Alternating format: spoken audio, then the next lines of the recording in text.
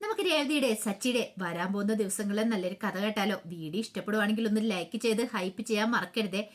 അങ്ങനെ നമ്മൾ ഒടുവിൽ കാണുന്ന പല നാൾ കള്ളൻ ഒരു നാൾ പിടിക്കപ്പെടും എന്നുള്ള കാര്യങ്ങളൊക്കെ ഒടുവില് ശ്രുതിയുടെ കള്ളത്തരങ്ങളൊക്കെ പുറത്തു വരുവാണ്. ഇത്രയും നാളും കള്ളത്തരങ്ങളൊക്കെ കാണിച്ച വീട്ടിൽ എല്ലാരും പറ്റിച്ചു കഴിയുന്ന ശ്രുതി ആരാ എന്താന്നൊക്കെയുള്ള സത്യങ്ങൾ ചന്ദ്രമതി അറിയുന്നുണ്ട്. അപ്പൊ എല്ലാവരുടെ ആഗ്രഹമായിരുന്നു, കുറെ കാലങ്ങളായല്ലേ ശ്രുതി ഇങ്ങനെ പറ്റിച്ചോണ്ടിരിക്കുന്നത്, വർഷങ്ങളായി ഇത് തുടർന്നിട്ട്, അപ്പൊ ഇതിനൊരു അറുതി വേണമല്ലോ. എങ്ങനെയെങ്കിലും ആ കള്ളത്തരങ്ങളൊക്കെ പുറത്തു വരണം നമ്മൾ ആഗ്രഹിച്ചിട്ടുണ്ടായിരുന്നു. അങ്ങനെ ഒടുവിൽ ആ കള്ളത്തരങ്ങളൊക്കെ സച്ചിയും രേവതിയും കൂടെ ഒക്കെ പുറത്തു കൊണ്ടിരുന്നുണ്ട്. അപ്പൊ അതിന്റെ കുറച്ച് നല്ല നല്ല കഥകളൊക്കെയാണ് വരുന്ന ദിവസങ്ങൾ നമ്മൾ കാണുന്നേ. നമ്മൾ കഴിഞ്ഞ ദിവസം കണ്ടു, കല്യാണ വീട്ടിൽ വെച്ച് ഒടുവില് ഈ പറയുന്ന ശ്രുതിയുടെ ഇളയച്ചനാന്ന് പറഞ്ഞ് അഭിനയിച്ച ബീരാനെ രേവതി സച്ചിയൊക്കെ കണ്ടുമുട്ടുവാണ്. പക്ഷെ ബീരാനാണെങ്കിലോ എന്ത് ചെയ്യണമെന്ന് അറിയണ്ടായിരുന്നില്ല. അവിടുന്ന് രക്ഷപ്പെട്ട് പോകാനായിട്ട് പഠിച്ച പണി 18 നോക്കി, പക്ഷെ നടന്നില്ല. രേവതി സച്ചിന്റെ ബീരാനെ കൈയോടെ പിടികൂടി.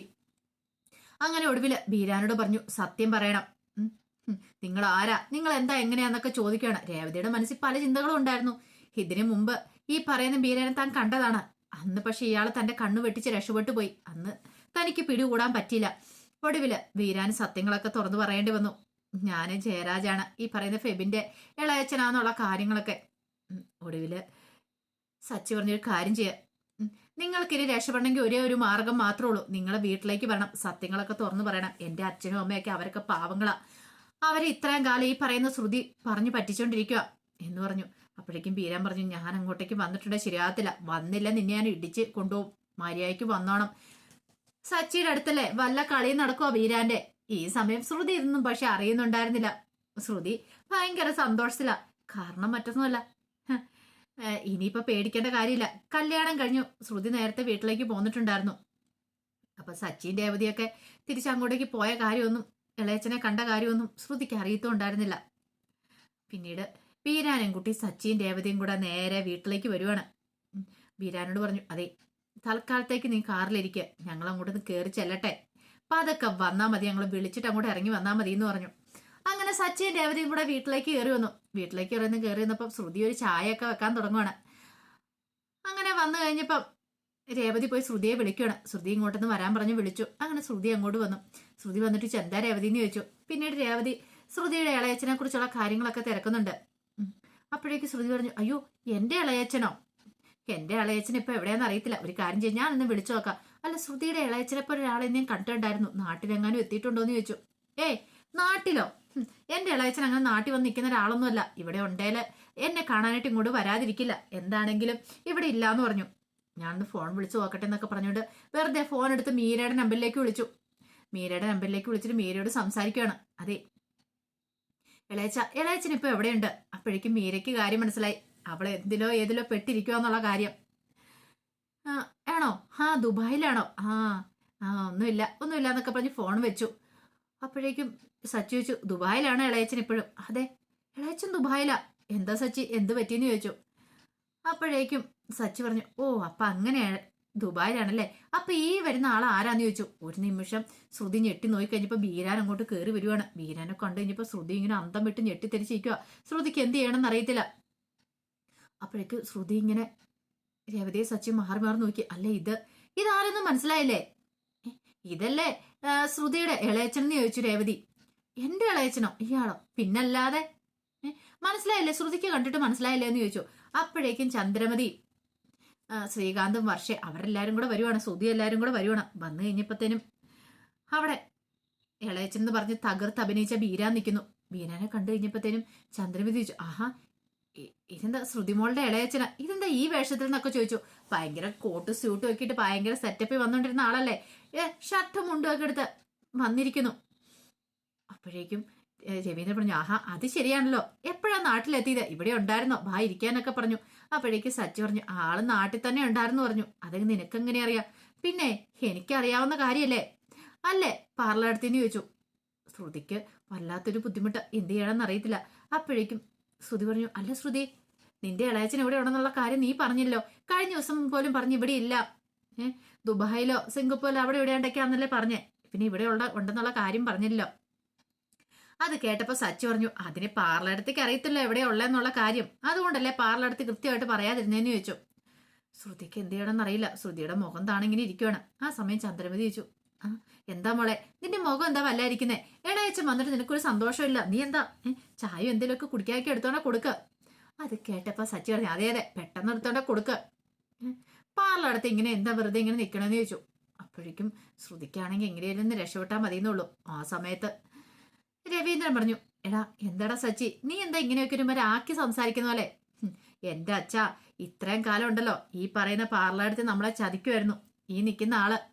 ഈ പറയുന്ന പാർലടുത്തിടെ ഇളയച്ചനൊന്നും അല്ലാന്ന് പറഞ്ഞു. അപ്പോഴേക്കും ചന്ദ്രമതി പറഞ്ഞു, നീ എന്താടാ കല്യാണത്തിന് പോയിട്ട് മദ്യപിച്ചിട്ടാണോ വന്നിരിക്കുന്നത്? നിനക്കെന്താ തലയ്ക്ക് ഭ്രാന്തുണ്ടോ എന്നൊക്കെ ചോദിച്ചു. ഭ്രാന്ത് എനിക്കല്ല, ദേ ഈ നിൽക്കുന്ന നിങ്ങളുടെ മരുമോക്കാന്ന് പറഞ്ഞു. ദേ അനാവശ്യം പറഞ്ഞോണ്ടല്ലോ എന്റെ മരുമോളെ കുറിച്ച്. അപ്പോഴേക്കും രേവതി പറഞ്ഞു, അമ്മയ്ക്ക് കാര്യങ്ങളൊന്നും അറിയത്തില്ലാത്തോണ്ട് അമ്മ ഇങ്ങനെ സംസാരിക്കുന്നേ. ഈ നിൽക്കുന്ന ആൾ ആരാന്നോർത്തോണ്ടിരിക്കുന്നേ? ഇത് ശ്രുതിയുടെ ഇളയച്ചനൊന്നും അല്ല. ഇളയച്ചനല്ലേ?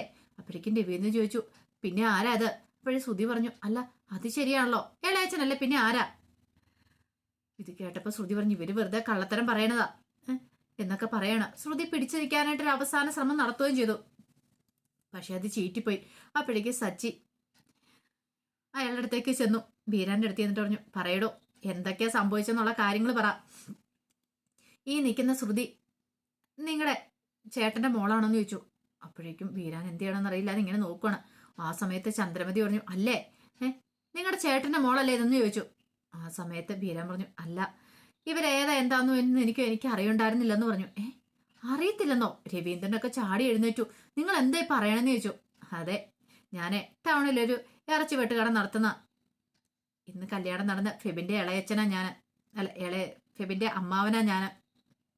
ഫെബിന്റെ അമ്മാവനോ? അതെ, ഫെബിന്റെ അമ്മാവനാന്ന് പറഞ്ഞു. അപ്പോഴാണ് സച്ചിൻ രേവതിയൊക്കെ ആ കാര്യങ്ങൾ പറയുന്നത്. അവിടെ വെച്ച് ഇയാളെ കണ്ട കാര്യങ്ങളും ഫെബിന്റെ അമ്മാവനാന്നുള്ള കാര്യങ്ങളൊക്കെ തിരിച്ചറിഞ്ഞു. അതെല്ലാം ഒരു പുതിയ അറിവായിരുന്നു ചന്ദ്രമതിക്കും സുധിക്കും അവർക്കൊക്കെ. ആ സമയത്ത് രവീന്ദ്രൻ ചോദിച്ചു, അല്ല നിനക്കിത് അറിയാമായിരുന്നോ സുധീന്ന് ചോദിച്ചു. സുധി പറഞ്ഞു, എനിക്കറിയില്ല അച്ഛാ.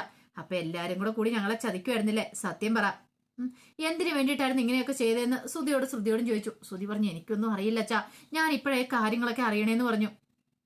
എനിക്ക് ഇതിനെക്കുറിച്ച് ഒന്നും അറിയണ്ടായിരുന്നില്ല. അപ്പോഴേക്കും രവീന്ദ്രൻ ബീരാനോട് ചോദിച്ചു, അല്ല ഈ പറയുന്ന ശ്രുതിയുടെ അച്ഛന് ദുബായിലാന്നല്ലേ പറഞ്ഞത്? അപ്പൊ നിങ്ങൾക്ക് അയാൾ അറിയത്ത് പോലുമില്ലേ? അയാൾ ദുബായിലാണോ, കോടീശ്വരനാണോ, സിംഗപ്പൂരാണോ, മലേഷ്യയിലാണോ, അതൊന്നും എനിക്കറിയാവുന്ന കാര്യമല്ല. എനിക്ക് അതിനെക്കുറിച്ചൊന്നും അറിയത്തില്ല. അയാൾ ആരെ എന്താന്ന് പോലും അറിയത്തില്ല. എന്നോട് ഇങ്ങനെയൊന്ന് അഭിനയിക്കാൻ പറഞ്ഞു. ഒരു ഇളയച്ചന്റെ വേഷത്തിൽ അഭിനയിക്കാമെന്ന് ചോദിച്ചു. അങ്ങനെ ഞാൻ അഭിനയിക്കാൻ പോയതുകൊണ്ട് ഇന്ന് എന്റെ അനന്തരവന്റെ വിവാഹം പോലും എനിക്ക് കൂടാൻ പറ്റില്ലെന്ന് പറഞ്ഞു. ഉള്ള സത്യങ്ങളെല്ലാം പുറത്തു പറയാണ്. ഇതെല്ലാം കേട്ട് കഴിഞ്ഞപ്പോഴത്തേനും ശ്രുതി ഇങ്ങനെ ഞെട്ടലോട് നിൽക്കുക. ശ്രുതിക്ക് അവിടുന്ന് എങ്ങനെയല്ലോ എങ്ങോട്ടേലും രക്ഷപ്പെട്ട് ഓടണമെന്നുണ്ട്. ഭൂമിയിലേക്ക് താണു പോയാൽ മതിയെന്നുള്ളൂ. പക്ഷെ പറ്റില്ലല്ലോ. ഒടുവില് കൈയോടുകൂടി ശ്രുതിയുടെ കള്ളത്തരം പുറത്തു വന്നു കഴിഞ്ഞപ്പോഴത്തേനും ശ്രുതി പെട്ടെന്ന് ഒരു കരച്ചിൽ നാടകമൊക്കെ നടത്തി രക്ഷപ്പെടാൻ നോക്കുന്നുണ്ട്. പിന്നീട് ശ്രുതിയുടെ കാലിലേക്ക് വിട്ടു പറഞ്ഞു, ശ്രുതി എന്നോട് ക്ഷമിക്കുക, എന്നോട് പൊറുക്കുക. അത് പിന്നെ എനിക്ക് അങ്ങനെ ഒരു കള്ളത്തരം പറയേണ്ടി വന്നു. മിണ്ടാതിരിക്കാനും പറഞ്ഞുകൊണ്ട് ശ്രുതി അങ്ങോട്ട് മാറി. രവീന്ദ്രൻ പറഞ്ഞു, എന്നാലും നീ ഇത്രയ്ക്ക് തരികടയാന്നുള്ള കാര്യം ഞങ്ങൾക്ക് അറിയണ്ടായിരുന്നില്ല. പലപ്പോഴും രേവതി സച്ചിയൊക്കെ പറഞ്ഞിട്ടുണ്ട്, പക്ഷെ എങ്കിൽ ഇതൊന്നും വിശ്വസിക്കാൻ ഞാൻ കൂട്ടാക്കിയിട്ടുണ്ടായിരുന്നില്ല. ഇത്ര സമയം ചന്ദ്രമതി സൈലന്റ് ആയിട്ട് നിൽക്കുമായിരുന്നു. ചന്ദ്രമതി അങ്ങോട്ട് ചെന്നു ശ്രുതിയുടെ മുടിക്കുത്തിന് അങ്ങോട്ട് കുത്തിപ്പിടിച്ചു. നീ എന്താടി പറഞ്ഞുകൊണ്ടിരുന്നേ? നിന്റെ ഇളയച്ചനാണിതെന്നും പറഞ്ഞുകൊണ്ട് ഇയാളെ പലതവണ വിളിച്ചോണ്ട് വന്നു. എന്നിട്ടോ ഞങ്ങളുടെ മുന്നിലൊരു നാടകം അങ്ങോട്ട് തകർത്തടിയില്ലേ? ഇനി നിനക്ക് ഇവിടെ ഒരു ജീവിതം ഒന്നുമില്ല. ഇറങ്ങി പോടി ഇവിടുന്ന്. ഒരു നിമിഷം പോലും നിന്നിവിടെ കണ്ടേക്കല്ലേ. അത് ആന്റി ഞാനൊന്ന് പറഞ്ഞോട്ടെ. ആന്റിയോ? ആരുടെ ആന്റി? അങ്ങനെ വിളിക്കാനുള്ള യോഗ്യത പോലും നിനക്കില്ല. ഇത്രയും നാളും ഞങ്ങളെ വളരെ മാന്യമായിട്ട് നീ പറ്റിച്ചോണ്ടിരുന്നു. എന്നിട്ടോ നീ എന്തൊക്കെയാണ് കാണിച്ചു കൂട്ടിക്കൊണ്ടിരുന്നത്? എന്നിട്ട് നിന്നെ ഇനി ഇവിടെ ഞങ്ങൾ വെച്ച് വാഴിക്കണമല്ലേ? ഒരു കാരണവശാലും ഇല്ലടി. എന്റെ കൊക്കിന് ജീവനുണ്ടാകാൻ നടക്കില്ല. ഇറങ്ങി പോടിയെന്ന് പറഞ്ഞു. അപ്പോഴേക്കും ശ്രുതിയുടെ കാലിലേക്ക് പോയി വീണു. ശ്രുതി ഞാനൊന്ന് പറയുന്ന കേട്ട്, വേണ്ട നീ ഒന്നും പറയണ്ട, എനിക്ക് നിന്നെ കാണുക പോലും വേണ്ടെന്ന് പറഞ്ഞു.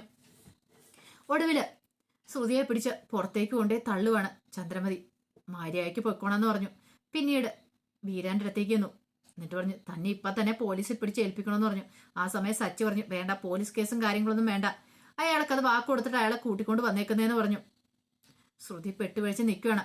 ശ്രുതിക്കാണ് എന്ത് ചെയ്യണമെന്നറിയില്ല. തിരിച്ചങ്ങോട്ട് കയറാനും പറ്റില്ലല്ലോ. ഈ സമയം രവീന്ദ്രന്റെ ആകെപ്പാടെ തകർന്നു പോയി. ഇത്രയൊന്നും പ്രതീക്ഷിച്ചിട്ടുണ്ടായിരുന്നില്ല ഇത്രയും വലിയൊരു ചതിയം നടക്കുന്നതെന്ന്. പിന്നീട് ശ്രുതിക്ക് വേറെ അഭയില്ലായിരുന്നു. ശ്രുതി പുറത്തിറങ്ങിയിട്ട് ശ്രുതി മീരയെ വിളിക്കുകയാണ്. മീരയെ വിളിച്ച് കാര്യങ്ങൾ പറഞ്ഞു. ഒടുവിൽ മീരയുടെ അടുത്തേക്കാണ് ശ്രുതി പോകുന്നത്. വേറെ എവിടേക്ക് പോവാനായിട്ടാ? ആ സമയത്ത് തകർന്ന് തരിപ്പണമായിട്ടാണ് ചന്ദ്രഭാമയെ കാണാനായിട്ട് ചെല്ലുന്നത്. ഭാമയോട് കാര്യങ്ങളൊക്കെ പറയുന്നുണ്ട്. നിങ്ങളല്ലേ പറഞ്ഞ മലേഷ്യയിൽ അവളുടെ അച്ഛന് അങ്ങനെ ഇങ്ങനെയെന്നൊക്കെ, നിങ്ങൾക്ക് അവളെക്കുറിച്ച് വല്ലതും അറിയായിരുന്നോ എന്നൊക്കെ ചോദിച്ചു. ഒടുവിൽ ഭാമ സത്യങ്ങളൊക്കെ പറഞ്ഞു. എനിക്കൊന്നും അറിയില്ല, അവളെ കണ്ട് പരിചയമുള്ളൂ, പിന്നെ അവള് പറഞ്ഞ കാര്യങ്ങളൊക്കെ അറിയത്തുള്ളൂ എന്നൊക്കെ. അങ്ങനെ ചന്ദ്രമതിക്ക് മനസ്സിലായി താനും തന്റെ കുടുംബം കബളിക്കപ്പെട്ടിരിക്കുന്നു. അവളുടെ അച്ഛനാരാ അമ്മയാന്ന് എന്തൊന്നും അറിയത്തില്ല. ശ്രുതിക്കാണെങ്കിലോ ഇത്രയും കാലം കെട്ടിപ്പുയർത്തിക്കൊണ്ടുവന്ന നുണക്കഥകളെല്ലാം തകർന്നു പോയല്ലോ. ഇനി എങ്ങനെ മുന്നോട്ട് പോകുമെന്ന് അറിയത്തില്ലാതെ ശ്രുതി ആകെപ്പാടെ പെട്ടു നിൽക്കുകയാണ്. സച്ചിക്കും രേവതിക്കും ഒക്കെ സന്തോഷ സമാധാനമായി. ഇത്രയും വലിയ കള്ളത്തരം പറഞ്ഞ് കടന്നുകൂടിയതാണല്ലോ. അതുപോലെ തന്നെ ശ്രുതിക്കാണെങ്കിലോ എന്ത് ചെയ്യാൻ പറ്റും? ഒടുവിൽ ചന്ദ്രമതി പറഞ്ഞു, നിന്നെയും കൂടെ ഇവിടുന്ന് അടിച്ചു പുറത്താക്കണ്ടതാ. എടാ, ഇത്രയും നാളും കൂടെ കഴിഞ്ഞിട്ട് നിനക്ക് മനസ്സിലാക്കാൻ പറ്റിയില്ലോ. അത് തന്നെയായിരുന്നു രവീന്ദ്രൻ പറഞ്ഞേ. സ്വന്തം ഭാര്യ ഇങ്ങനെ ഒരു കള്ളത്തരം കാണിച്ചിട്ടുണ്ടെങ്കിൽ അതുപോലും തിരിച്ചറിയാൻ കഴിവില്ലാത്ത നീയൊക്കെ എന്തിനാണോ അങ്ങനെ ഇരിക്കണം എന്ന് ചോദിച്ചോണ്ട് ശ്രുതിക്ക് നാണക്കേടായി പോയി. സച്ചിയുടെയും രേവതിയുടെ മുന്നിൽ ഒന്നും വല്ലാതായി തീരുവാണ് ശ്രുതി. അപ്പൊ അതിന്റെ കുറെ കഥകളൊക്കെയാണ് നമ്മൾ കാണാൻ പോകുന്നത്. ആ വിശേഷങ്ങൾക്കായി നമുക്ക് എല്ലാവർക്കും കാത്തിരിക്കാം കേട്ടോ. ഒരിക്കൽ കൂടി എല്ലാവർക്കും ശുഭരാത്രി നേർന്നുകൊണ്ട് നിർത്തുന്നു. നന്ദി.